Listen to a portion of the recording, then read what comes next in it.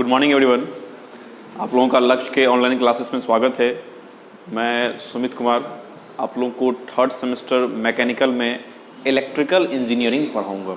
Okay, आप लोग जैसा आप नाम देख रहे हैं मेरा नाम सुमित कुमार है और मैं आपको इलेक्ट्रिकल इंजीनियरिंग यहाँ पे पढ़ाऊँगा। और आप लोग का ये थर्ड मैकेनिकल का पार्ट है। थर्ड मैकेनिकल का हमारा ये एक सब्जेक्ट है इलेक्ट्रिकल इंजीनियरिंग। ओके, तो सबसे पहले इलेक्ट्रिकल इंजीनियरिंग सब्जेक्ट में आने से पहले हम लोग को ये जानना पड़ेगा कि इलेक्ट्रिकल इंजीनियरिंग होता क्या है। जो हमारा सब्जेक्ट का नाम है उसके बारे में हम लोग जानेंगे कि व्हाट इज़ इलेक्ट्रिकल इंजीनियरिंग। ठीक है, तो इलेक्ट्रिकल इंजीनियरिंग का बेसिकली मैं अगर डेफिनेशन बताऊँ तो electrical engineering the branch of engineering which deals with the generation, transmission, distribution and utilization of electrical engineering। जैसा कि मैं बोर्ड पे आपको लिख भी दूँ यहाँ अगर पे electrical engineering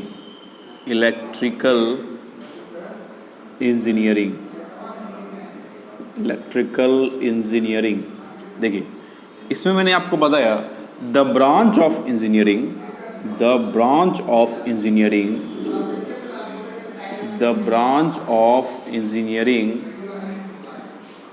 which deals with the generation, transmission,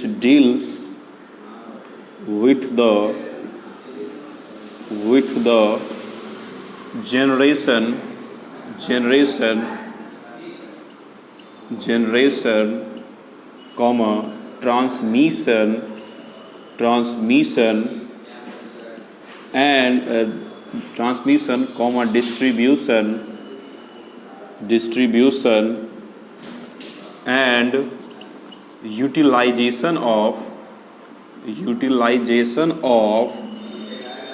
utilization of energy. Okay, तो मतलब सिंपल कहने का मतलब है कि हमारा जो इलेक्ट्रिकल इंजीनियरिंग है वो इलेक्ट्रिकल इंजीनियरिंग एक इंजीनियरिंग का ब्रांच है जो पावर का generation, transmission, distribution and utilization के साथ डील करता है। ठीक है, अब ये डेफिनेशन का क्या मतलब हो गया हमारा, तो आप लोग जानते होंगे कि हमारे घर में इलेक्ट्रिसिटी आता है जिसका हम लोग बहुत सारे अप्लायंसेस में यूज़ करते हैं, डिवाइसेस में यूज़ करते हैं। अब चाहे वो बल्ब हो, फैन हो, हीटर हो, कूलर हो, कुछ भी हो, हम लोग वहाँ पे इलेक्ट्रिकल एनर्जी का यूज़ करते हैं। तो वो जो इलेक्ट्रिकल एनर्जी है वो इलेक्ट्रिकल एनर्जी डायरेक्ट हमारे घर तक नहीं पहुँच जाता है, वो घर तक पहुँचने के लिए बीच में बहुत सारा प्रोसेस है। तो ये जो नीचे में आप इस देख रहे हैं आप इस डेफिनेशन में कि सबसे पहले इलेक्ट्रिकल पावर को जनरेट किया जाता है। जनरेट करने के बाद पावर को ट्रांसमिट किया जाता है, ट्रांसमिशन किया जाता है। ट्रांसमिट करने के बाद पावर को डिस्ट्रीब्यूशन किया जाता है, डिस्ट्रीब्यूट किया जाता है। और जब पावर हमारा डिस्ट्रीब्यूट हो जाता है, एनर्जी हमारा डिस्ट्रीब्यूट हो जाता है, तब डिस्ट्रीब्यूशन के बाद हम लोग अपने घर में लेके आते हैं। तब अपने घर में हम लोग क्या करते हैं, उसको यूटिलाइज करते हैं। ओके, तो बेसिकली इलेक्ट्रिकल इंजीनियरिंग पावर को जनरेट करके यूज़ करने तक का क्या है, हमारा पूरा एक सिस्टम है। ठीक है, तो हमारा जो ये इलेक्ट्रिकल इंजीनियरिंग है मैकेनिकल वालों को पढ़ना है, क्योंकि होता क्या है कि आप लोग के मैकेनिकल में बहुत सारा ऐसा मशीन है जो बिना इलेक्ट्रिकल सप्लाई का नहीं चल सकता है। बिना इलेक्ट्रिकल सप्लाई का वो नहीं चल सकता है। और आप लोग जानते भी होंगे कि आप लोग का एक और सब्जेक्ट है मशीन डिज़ाइन। मशीन डिज़ाइन में आप लोग बहुत सारा मशीन के बारे में भी पढ़ेंगे, जानेंगे, समझेंगे। तो उसमें देखेंगे आप कि वो मशीन जो है, बहुत सारा मशीन बिना इलेक्ट्रिकल सप्लाई के नहीं चल रहा है। तो उस चीज़ को भी देखते हुए हम यहाँ पे क्या कर दिया गया है, एक इलेक्ट्रिकल इंजीनियरिंग पेपर दे दिया गया है कि आप इस इलेक्ट्रिकल इंजीनियरिंग पेपर में आप मैकेनिकल होकर भी आप इस इलेक्ट्रिकल इंजीनियरिंग पेपर में सारे इलेक्ट्रिकल सब्जेक्ट के बारे में, इलेक्ट्रिकल इक्विपमेंट के बारे में, इलेक्ट्रिकल टॉपिक के बारे में आप जान सके। आप आगे बढ़ेंगे तो आपको इलेक्ट्रॉनिक्स भी पढ़ने को मिलेगा। आप पिछले सेमेस्टर में होंगे तो आपको कंप्यूटर भी पढ़ने को मिला होगा। तो थोड़ा थोड़ा इन्फॉर्मेशन सारे ब्रांच के बारे में दिया जाता है, जिससे ये लगे कि हाँ ये इस चीज़ का यूज़ ऐसा जगह पे है, ऐसा किया जाता है। ओके, अब ये जो हमारा इलेक्ट्रिकल इंजीनियरिंग का सिलेबस है ये देखने से छोटा लग रहा है कि 9 यूनिट ही है, बट ये जो हमारा इलेक्ट्रिकल इंजीनियरिंग का 9 यूनिट का सिलेबस है बहुत ही लंबा है। ओके, बहुत ही लंबा इसीलिए है क्योंकि यहाँ पे लिखा हुआ एक टर्म है लेकिन इसके अंदर में बहुत कुछ पढ़ना है। यहाँ जो टोटल 9 यूनिट लिखा हुआ है, आप ये समझ सकते हैं कि ये जो 9 यूनिट होता है, ये जो 9 आप देख रहे हैं 9 चैप्टर, ये इलेक्ट्रिकल इंजीनियरिंग में एक एक पेपर होता है। क्या होता है हमारा? एक एक पेपर होता है, एक सब्जेक्ट है। जैसे हमारा ये एसी फंडामेंटल ही है, 3 फेज सप्लाई है, मेजरिंग इंस्ट्रूमेंट ही है, तो ये सब मेजरिंग इंस्ट्रूमेंट मेजरमेंट एक चैप्टर एक सब्जेक्ट है, उस सब्जेक्ट के बारे में पढ़ना होता है। बट यहाँ पे आपको इलेक्ट्रिकल इंजीनियरिंग का ओवरव्यू दिया गया है कि आप पूरे के बारे में जानिए, मतलब एक सेमेस्टर में आप पूरा इलेक्ट्रिकल इंजीनियरिंग को जान लीजिए। ओके, तो सबसे पहले मैं धीरे धीरे सिलेबस को डिस्कस कर देता हूँ। सिलेबस में हमारा टोटल 9 यूनिट है। फर्स्ट यूनिट है हमारा इंट्रोडक्शन। क्या है हमारा? इंट्रोडक्शन। तो इस इंट्रोडक्शन में सबसे पहले हम लोग जानेंगे कि इलेक्ट्रिकल इंजीनियरिंग क्या होता है। वो तो मैंने आपको बता भी दिया। इलेक्ट्रिकल इंजीनियरिंग में सबसे छोटा पार्ट है हमारा करंट। करंट क्या होता है, वोल्टेज क्या होता है, करंट कितने टाइप का होता है, वोल्टेज ईएमएफ क्या होता है, यानी बेसिकली। और आप लोग ये भी जानेंगे कि हमारा जो पावर जनरेशन क्या होता है, पावर ट्रांसमिशन क्या होता है, पावर डिस्ट्रीब्यूशन क्या होता है, ये बेसिकली आप किस में जानेंगे? इंट्रोडक्शन में। यानी इंट्रोडक्शन में बेसिकली हम लोग को इलेक्ट्रिकल इंजीनियरिंग का इंट्रोडक्शन जानना है। जैसा कि मैंने आपको इसका डेफिनेशन बताया है कि the branch of engineering which deals with the generation, transmission, distribution and utilization of electrical energy. तो ये 4 चीज़ आप देख रहे हैं वो बेसिकली किस में जानना है हम लोग को?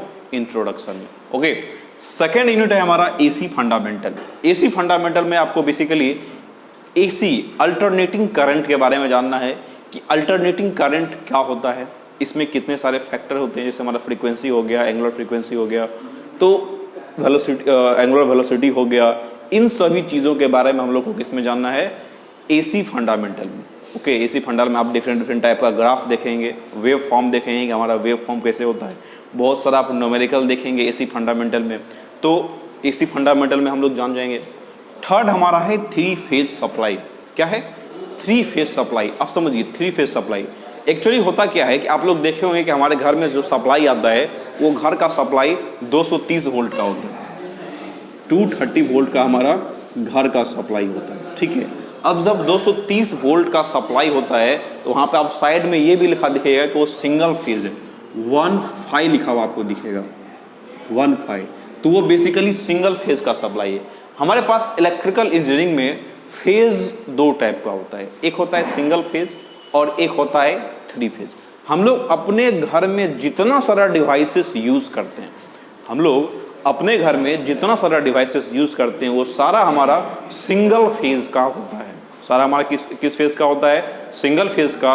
और ये लेकिन यहाँ पे जो हमारा यूनिट थर्ड है, यूनिट थर्ड में वो 3 फेज के बारे में पढ़ा रहा है, क्योंकि आगे जो आप लोग देखेंगे आगे का जो हमारा यूनिट है उसमें 3 फेज का यूज है। ठीक है, इसलिए आप लोग को 3 फेज सप्लाई के बारे में वहाँ पे पढ़ाया जा रहा है कि 3 फेज सप्लाई क्या होता है, कितना वोल्टेज होता है, कितना करंट होता है, तो उस चीज़ के बारे में आपको ये बताएगा।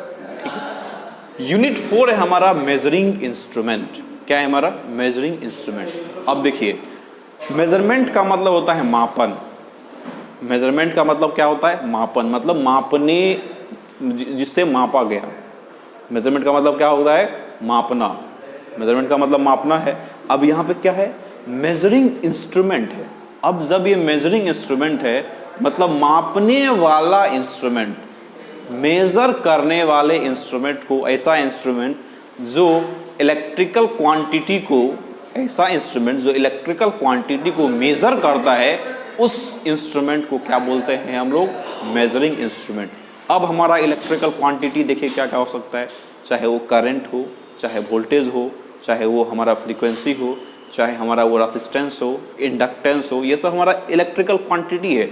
इस इलेक्ट्रिकल क्वांटिटी को हमारा क्या करता है? ये मेजरिंग इंस्ट्रूमेंट मेजर करता है। इस चीज़ को पढ़ना इसलिए ज़रूरी है ताकि हम लोग को ये पता चल सके कि अगर हमारा किसी बल्ब में सप्लाई जा रहा है तो एग्जैक्ट हम लोग देख सकते हैं कि उस बल्ब में कितना वोल्टेज का सप्लाई जा रहा है। किसी मोटर को, आपके घर में मोटर होगा, आप मोटर को चला रहे हैं तो वहाँ पे मेजरिंग इंस्ट्रूमेंट को लगा के आप पता कर सकते हैं कि वहाँ पे कितना वोल्ट का सप्लाई जा रहा है, कितना करंट का सप्लाई जा रहा है। ओके, तो उस चीज़ के बारे में बेसिकली मेजरिंग इंस्ट्रूमेंट, जिससे हम लोग को मेज़र करते हैं, इलेक्ट्रिकल क्वांटिटी को मेज़र करते हैं, उस इलेक्ट्रिकल क्वांटिटी को मेज़र करने वाले यंत्र के बारे में पढ़ना है। ठीक है, यूनिट 5 है हमारा डीसी मोटर।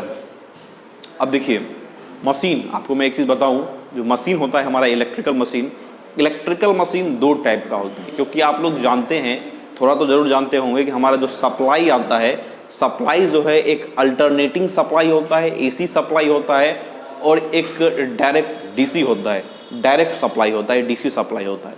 तो एसी सप्लाई और डीसी सप्लाई, मैंने आपको बताया मशीन मैं यहाँ पे लिख दे रहा हूँ थोड़ा सा, मशीन हमारा दो टाइप का होता है। एक होता है एसी मशीन और एक होता है डीसी मशीन।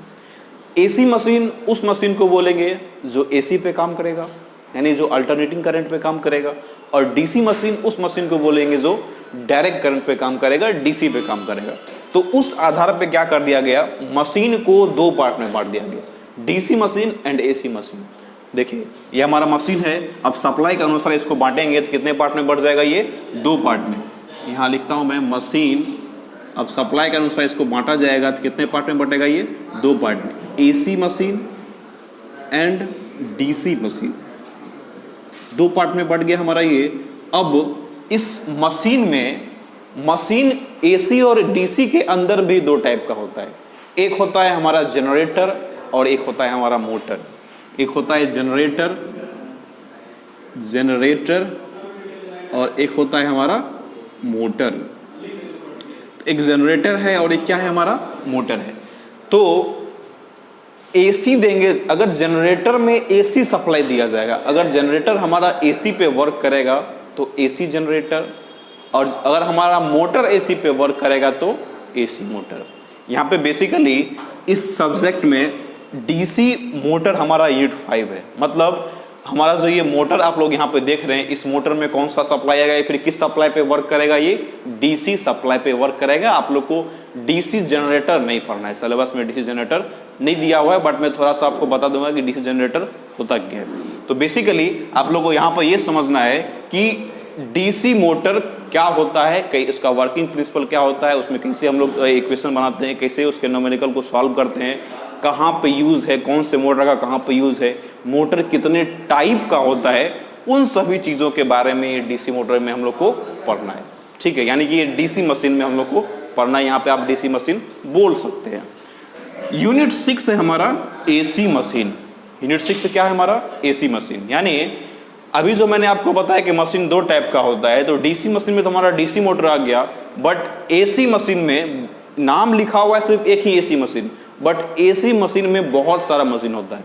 जैसे आप लोग देखे होंगे ट्रांसफार्मर, अपने आसपास में ट्रांसफार्मर देखे होंगे गली मोहल्ले में, वो जो ट्रांसफार्मर है हमारा एक मशीन है, और वो मशीन एसी है, क्योंकि आप लोग देखे होंगे कि उसमें एसी सप्लाई आता है और आपके घर में भी एसी ही जाता है, मतलब वो एसी मशीन है।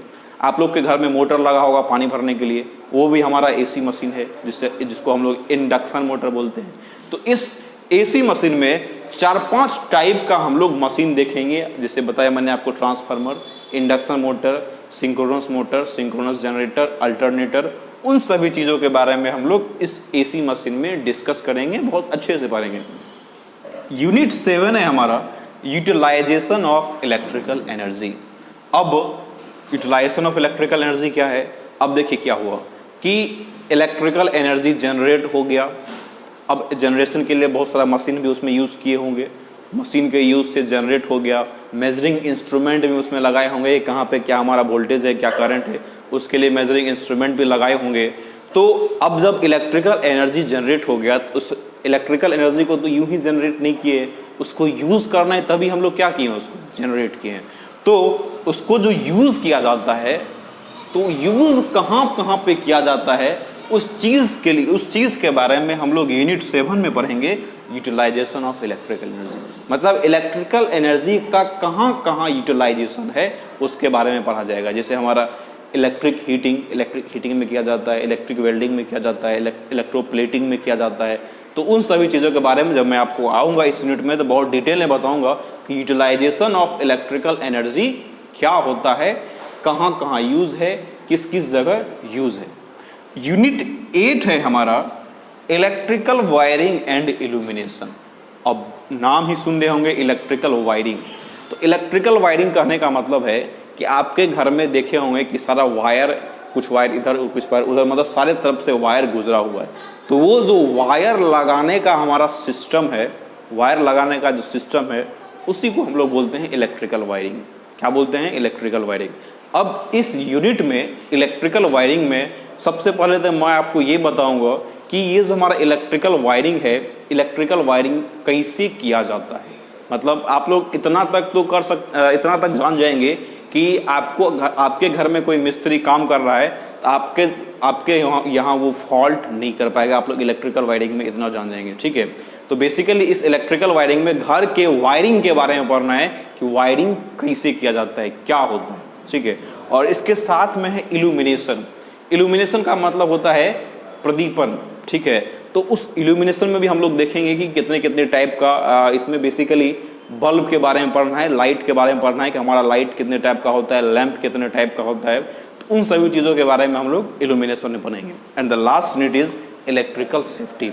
अब जब हम लोग इलेक्ट्रिकल इंस्ट्रूमेंट का यूज़ कर रहे हैं, इलेक्ट्रिकल पावर का यूज़ कर रहे हैं, इलेक्ट्रिकल एनर्जी का यूज़ कर रहे हैं, तो इलेक्ट्रिकल सेफ्टी भी देखना बहुत ही ज़रूरी है। बहुत ही बड़ा फैक्टर है इलेक्ट्रिकल सेफ्टी।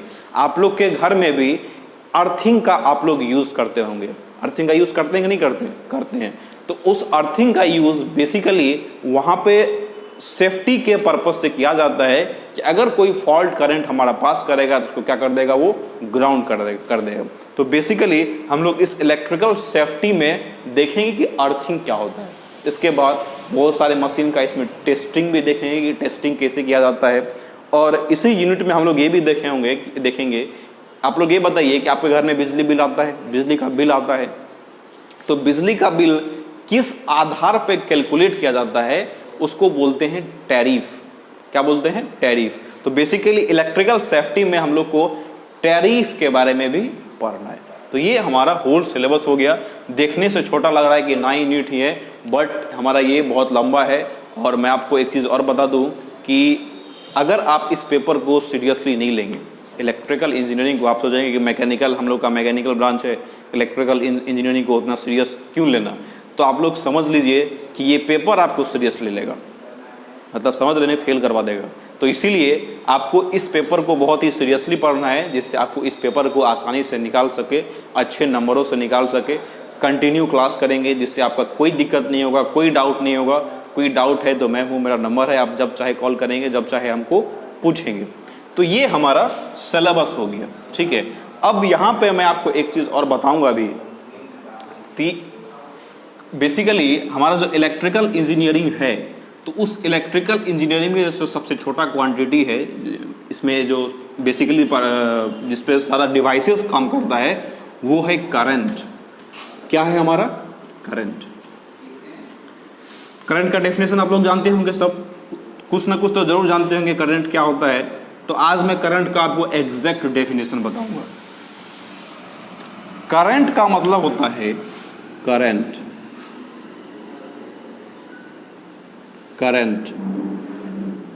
का मतलब होता है the flow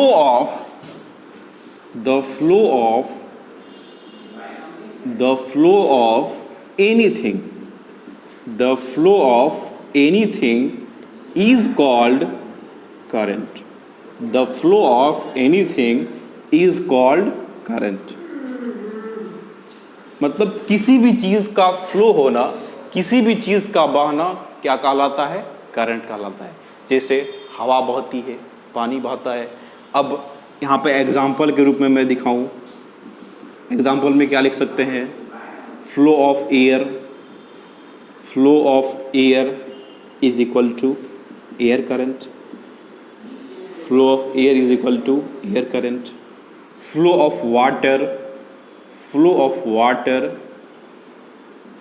water is equal to water current. अब जो हम लोग को पढ़ना है, फ्लो ऑफ इलेक्ट्रॉन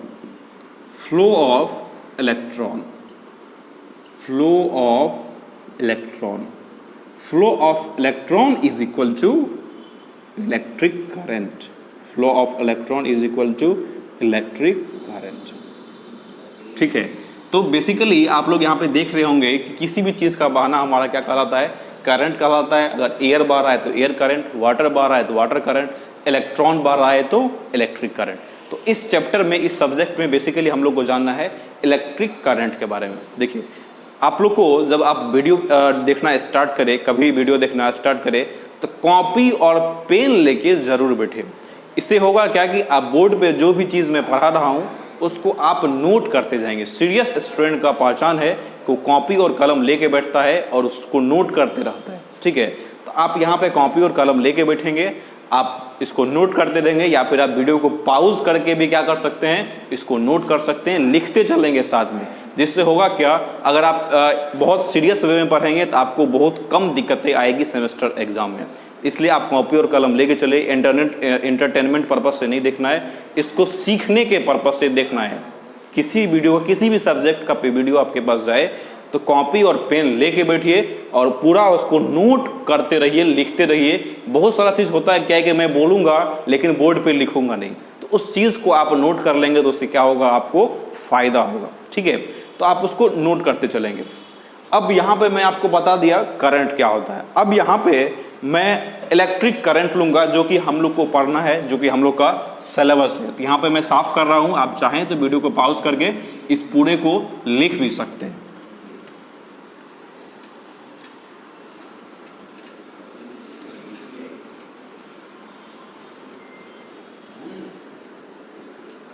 बस 10 सेकंड, बोर्ड साफ हो जाएगा।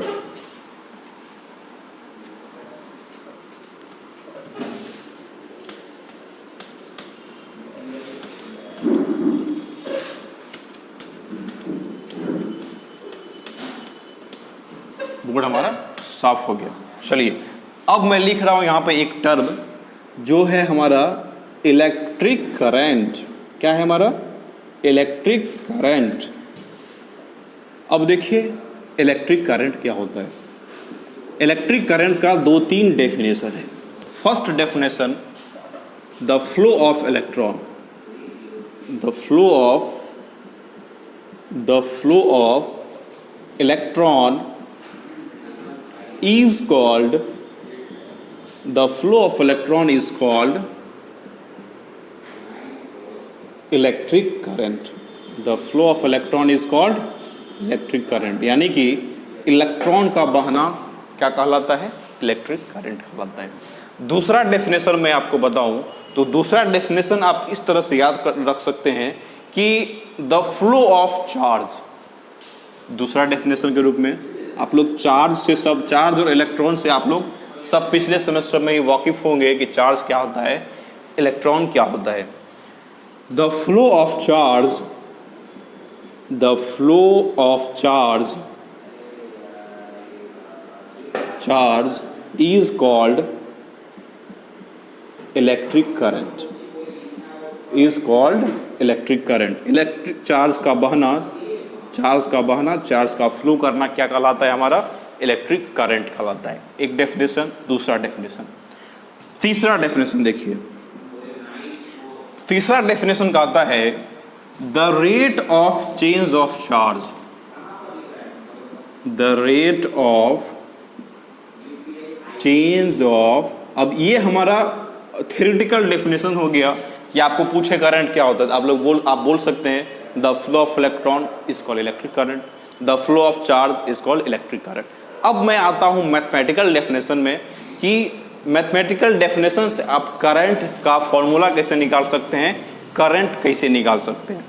तो एक यहां पे मैं लिख रहा हूं the flow of charge, the flow of charge, the flow of charge, the rate of change of charge is called electric current, electric current। अब जैसा कि मैं आपको यहाँ पे लिखा हुआ है the rate of change of charge, मतलब करंट को हम लोग I से डिनोट करते हैं। किससे डिनोट करते हैं? कैपिटल I से। चार्ज को हम लोग Q से डिनोट करते हैं और टाइम को T से डिनोट करते हैं, आप लोग सब जानते होंगे। तो डेफिनेशन जैसा कि हमारा कह रहा है the rate of change of charge, the rate of change of charge मतलब चार्ज का चेंजिंग टाइम के साथ हो जाए तो उसी को हम लोग क्या बोल देंगे, इलेक्ट्रिक करंट। यानी बेसिकली इसको हम लोग मैथमेटिकल फॉर्म में क्या लिख सकते हैं, dq बाई डी टी। क्या लिख सकते हैं, dq बाई डी टी, यानी कि I is equal to dq by D T is called electric current, यानी कि rate of change of charge is equal to electric current. एक डेफिनेशन हो गया। अब दूसरा, चौथा डेफिनेशन, आप यहाँ पे 3 डेफिनेशन देख चुके हैं। चौथा डेफिनेशन मैं आपको बताऊं तो चौथा डेफिनेशन कह रहा है हमारा कि flow of charge in unit time. अब यहाँ पे हमारे पास बोर्ड पे थोड़ा जगह कम है तो मैं यहाँ पे लिख दे रहा हूँ, या आप चाहे तो आप यहाँ पे वीडियो को पॉज करके इसको लिख सकते हैं। मैं थोड़ा सा साफ कर दे रहा हूँ ऊपर वाला दोनों डेफिनेशन, फ्लो ऑफ इलेक्ट्रॉन और फ्लो ऑफ चार्ज वाले को।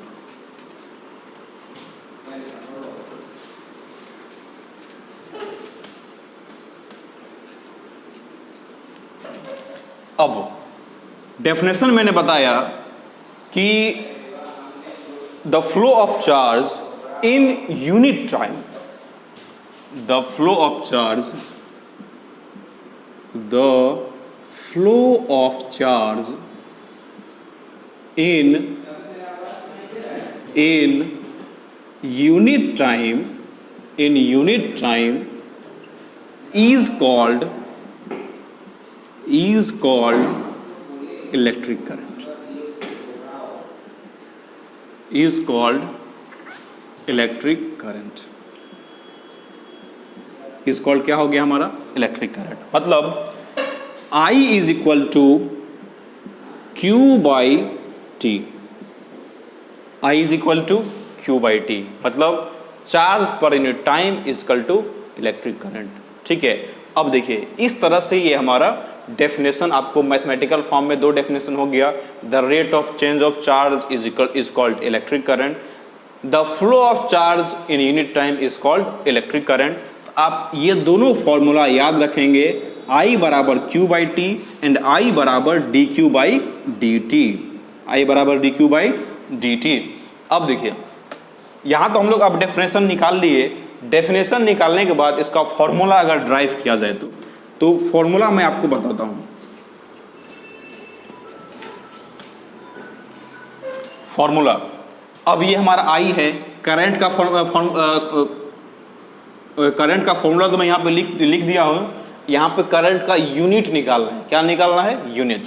तो आप लोग जानते होंगे कि अगर किसी भी चीज़ का यूनिट निकालना है तो उसके फॉर्मूला में जो भी है उसका यूनिट लिख दीजिए और उसको सॉल्व कर दीजिए तो आपको टोटल यूनिट आ जाएगा। यानी unit of I, unit of current is equal to unit of charge divided by unit of time, unit of charge divided by unit of time.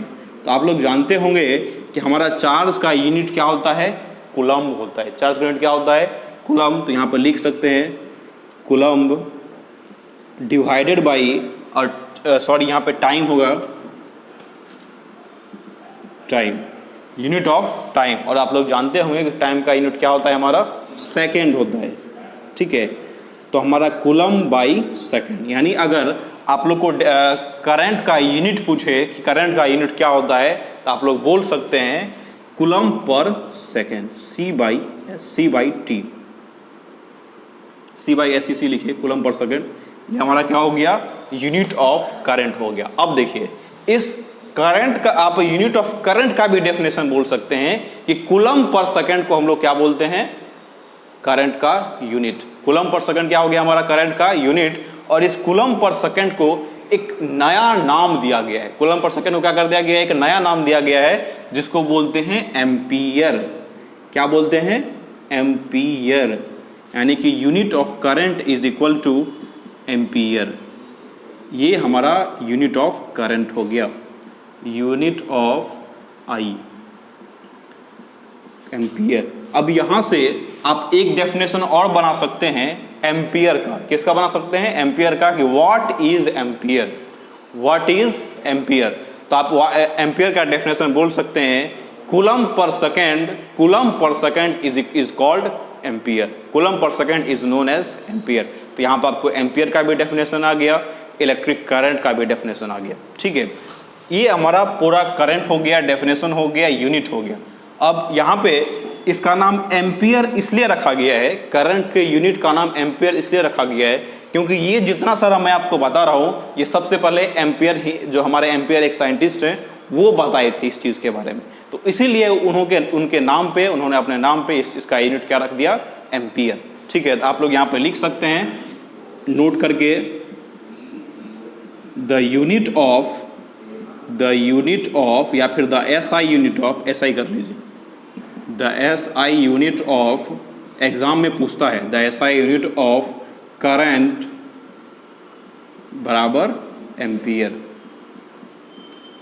चाहे वो कंपटीशन एग्जाम हो, सेमेस्टर एग्जाम हो, पूछता है कि the SI unit of current is, current का SI unit क्या होता है, तो वहां पे आप लोग क्या लिख सकते हैं, एम्पियर लिख सकते हैं। यहां तक मैं बता दिया। अब आगे मैं एक चीज और बताऊंगा आपको इसमें, बस थोड़ा सा एक चीज और बताऊंगा, वीडियो यहां उसके बाद खत्म हो जाएगा ये।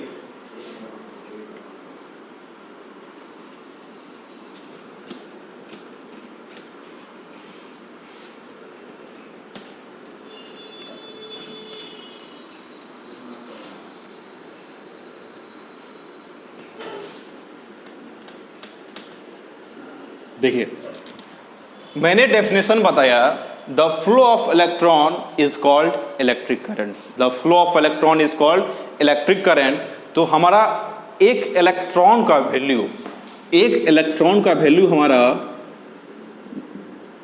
-1.6 इंटू 10⁻⁻19 कूलम होता है। एक इलेक्ट्रॉन का वैल्यू क्या होता है हमारा, -1.6 इंटू 10⁻⁻19। आप लोग देख सकते हैं कि कितना छोटा वैल्यू है ये, जो हमारा 10⁻⁻19 है, मतलब इस 1 के बाद भी इधर लगभग 19 जीरो होगा, यानी कि ये 6 के पहले पॉइंट से पहले कितना होगा, 20 के आसपास जीरो होगा। तो आप लोग समझ सकते हैं कि कितना छोटा वैल्यू है, इलेक्ट्रॉन हमारा कितना छोटा वैल्यू है। तो उस चीज़ को हटा के इलेक्ट्रॉन पे ये क्या कर दिया, फिर कैलकुलेशन नहीं करने लगा, आगे ये कैलकुलेशन करने लगा किस पे, चार्ज पे। किस पे करने लगा, चार्ज पे। तो 1 कूलम इज इक्वल टू होता है हमारा 6.24 इंटू 10⁻18 इलेक्ट्रॉन, 6.24 इंटू 10⁻18 इलेक्ट्रॉन, मतलब 1 coulomb is equal to 6.24 into 10⁻18 electron. ठीक है, अब डेफिनेशन था इसका, आप लोग देख सकते हैं कि ये थोड़ा सा बड़ा वैल्यू है, यानी एक कूलम में इतना इलेक्ट्रॉन आएगा, एक कूलम में इतना इलेक्ट्रॉन आएगा, और एक इलेक्ट्रॉन बराबर इतना होता है। एक कूलम में हमारा क्या हो गया, इतना इलेक्ट्रॉन आ गया। अब डेफिनेशन था करंट का कि the flow of charge in unit time, the flow of charge in unit time. तो आप लोग देख सकते हैं कि अगर 1 एम्पियर निकाला जाए, हम लोग आपसे पूछा जाए कि 1 एम्पियर क्या होगा, तो 1 एम्पियर अगर पूछा जाए तो आप लोग यहाँ पे बोल सकते हैं 1 coulomb by 1 second, 1 coulomb by 1 second.